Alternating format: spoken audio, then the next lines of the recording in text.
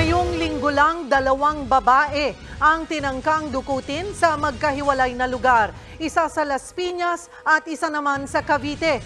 Magkaugnay kaya ang 2 insidente? Nasa frontline ng balitang yan, si Mon Gualvez. Mag-aalas 3 ng madaling araw nung Lunes sa Barangay Bayanan, Bacoor, Cavite.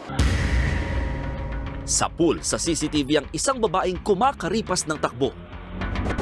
Kasunod niya ang isang pulang kotse.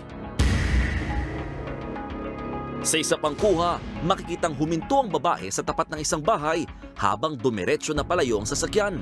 Natalisod pala ang babae kaya iika-ika siyang maglakad. Kwento ng 19 anyos sa si Dayan, pauwi na siya noon galing sa pinapasukang fast food restaurant. 3 po yung sakay, then yung isa po bumaba. Sabi niya sa akin, te, gumanon po siya. And tinatry niya pong isakay ako sa kotse, which is hindi niya po nagawa kasi tumakbo na po ako agad nung nakakutob na ako na isasakay niya ako sa kotse. Maswerteng may street sweeper noon sa daan kaya hindi na ulit huminto ang kotse. Yun nga lang, hindi na naplakaan ni Dayan ang kotse. Ang lola ni Dayan na sumamang nagsampa ng reklamo sa mga pulis, galit na galit sa mga nagtangkang dumukot sa kanyang apo. Kung malaman na kung sino, kung ano yung sasakyan na yun, sasampalin ko talaga yung kahit pa siguro manghingi ng sorry sa akin, sir. Kasi na-trauma yung apo ko, siguro hindi ko mapatawad talaga. Blanco pa ang mga otoridad sa posibleng motibo sa krimen.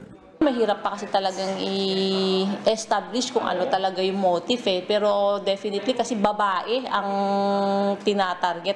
Itinuturing na isolated case ng Bacoor City Police ang krimen pero tinitignan doon nila ang posibilidad ng koneksyon nito sa kaparehong insidenteng nangyari naman sa Las Piñas, nakatabing lungsod lamang ng Bacoor 2 araw matapos ang tangkang pagdukot noong Lunes. Nakikipag-ugnayan na ang Bacoor Police sa Las Piñas PNP para malaman kung iisang grupo lamang ang nasa likod ng tangkang pagdukot.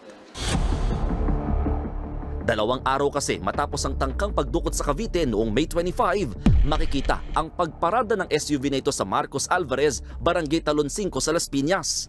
Isang lalaki ang bumaba sa likod ng SUV. Ang pinto ng SUV na natiling nakabukas. Nang dumaan ang isang babae, agad niya itong inakbayan at hinila papasok sa SUV.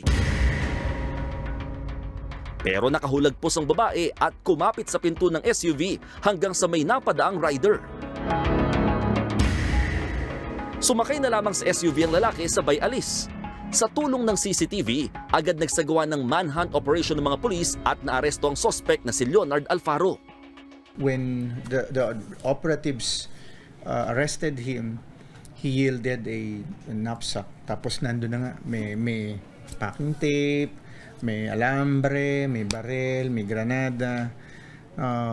So meron talagang intention, may desire to commit a crime. Katwiran ni Alfaro, nauubusan lang daw siya ng gasolina kaya tinangka niyang hold upin ang babaeng estudyante. Itinuro rin ni Alfaro ang kanyang kasamang driver na agad ding naaresto. Comment na lang po ako, kayo na po. Ikaw ba yun sa video na ano? Ako na yun. Tawag na daw siya. Nag-iwan naman ng paalala ang mga pulis. Hanggat maaari, kung mga alanganing oras na, mga madaling araw, kung pwedeng wag hayaan na sila lang ang naglalakad, magpasama kung kailangan magpasama, at umiwas na lumabas ng mga alanganing oras. Nagbabalita mula sa frontline, Mon Gualvez, News 5.